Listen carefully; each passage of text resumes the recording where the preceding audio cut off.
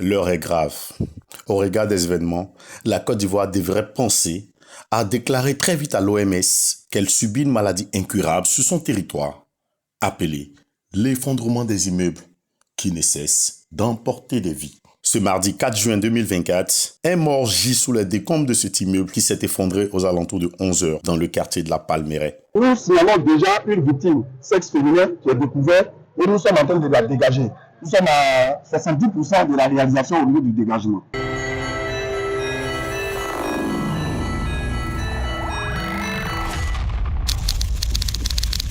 Sur la voie de Bingerville, réputée embouteillée, les forces de l'ordre régulent la circulation et les nombreux témoins. Quand c'était tombé, moi, je dormais, j'étais à 11h20. Quand nous, on est bien arrivés, la femme blanche la voulait se tourner, on a mis échelle pour qu'elle descende.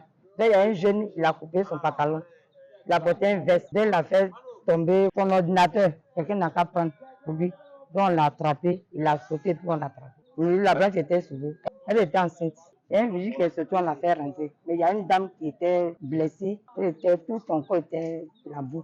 Il s'agit d'un immeuble R+3 qui s'est effondré sur lui-même à usage mixte. Il comprend des habitations et des commerces. La pharmacie, située au rez-de-chaussée, est à présent invisible car ensevelie sous les décombres. Le bilan provisoire est déjà assez triste quand nous quittons les lieux du drame aux environs de 18 heures. On nous a signalé provisoirement 19 victimes. Nous avons déjà dégagé 17. Dans les 17 victimes, nous avons signalé un cas grave qui a été évacué dans le centre hospitalier. Pour sauver d'éventuels rescapés, les sapeurs-pompiers sont à pied d'œuvre sous les décombres avec 16 engins, 4 ambulances et même des chiens renifleurs.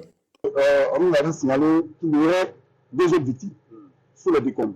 Toute la nuit, nous allons poursuivre les opérations et pour, in fine, terminer par l'enlèvement généralisé, c'est-à-dire faire tomber toute la structure et pour enlever tous les décombres et pour savoir réellement si le bilan définitif serait toujours le 19. La mairie de la commune de Cocody, qui abrite ce drame, a donné les instructions pour la prise en charge des victimes.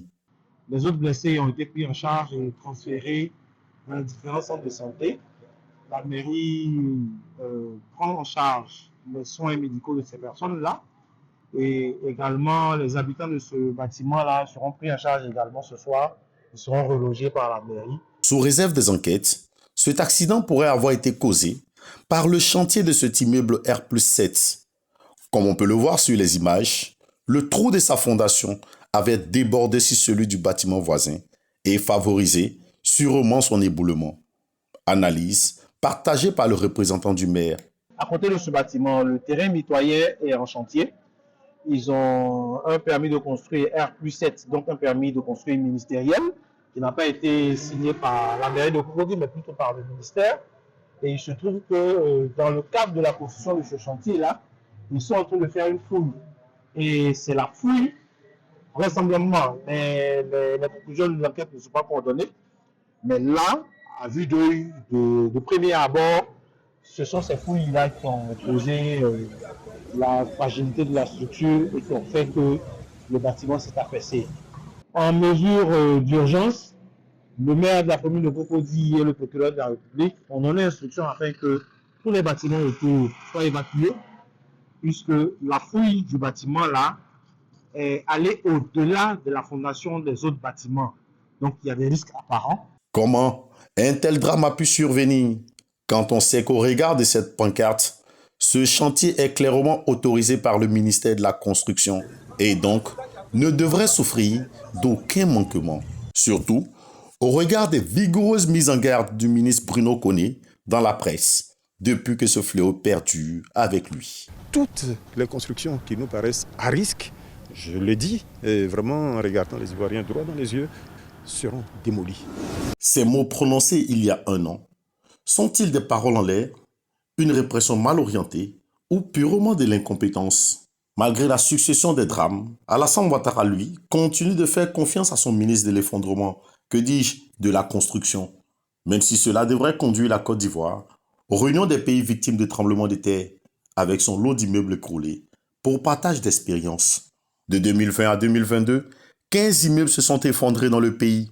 À la mi-2023, une vingtaine de morts à la suite de l'effondrement de 3 autres immeubles. Tous ces drames Parce que la plupart du temps, les règles de construction sont violées, reviolées et re-reviolées. La moralité, c'est qu'il faut que chacun puisse respecter les règles qui sont admises en matière de construction. On vous demande de mettre à contribution un bureau de contrôle pour vérifier la qualité du sol, pour faire toutes les études, il faut le faire. Ça coûte de l'argent, mais je ne connais personne qui va venir mettre 100, 200 millions dans un bâtiment pour qu'un an après, ce bâtiment a pu s'effondrer et se retrouver à payer les dommages collatéraux à un voisin et à supporter la perte d'une personne, de deux personnes, la destruction d'une famille parce que quelqu'un serait mort. C'est triste. Nous souhaitons prompt rétablissement aux différents blessés et sincères condoléances à ces familles-là qui sont subitement éplorées.